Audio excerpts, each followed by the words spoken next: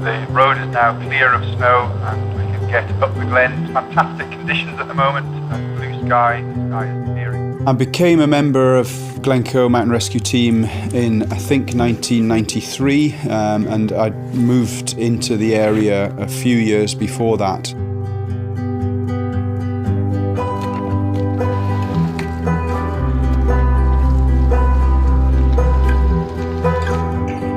Glencoe is a large area of mountainous and complex terrain, and being so close to the Atlantic Ocean, you have weather systems that come across the ocean, and the first thing they hit is the west coast of Scotland. We have quite extreme conditions a lot of the time, and the level of challenge that you can find in the Scottish mountains is at times extreme.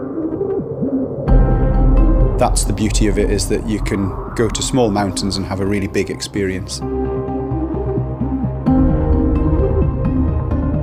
Sometimes even I, as a professional mountaineer, am stuck for where a casualty might be.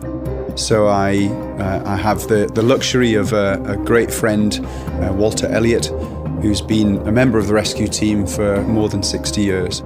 He's been a shepherd all of his life. He's been working with sheep and animals in the mountains, and his knowledge of the glen is incredible. So he is my consultant.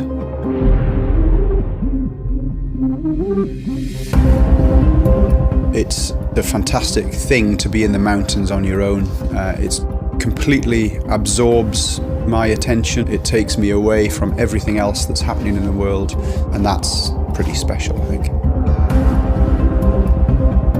Confidence as a climber is pretty key to success in the hills. So confidence in the mountains is a result of experience and learning from mistakes.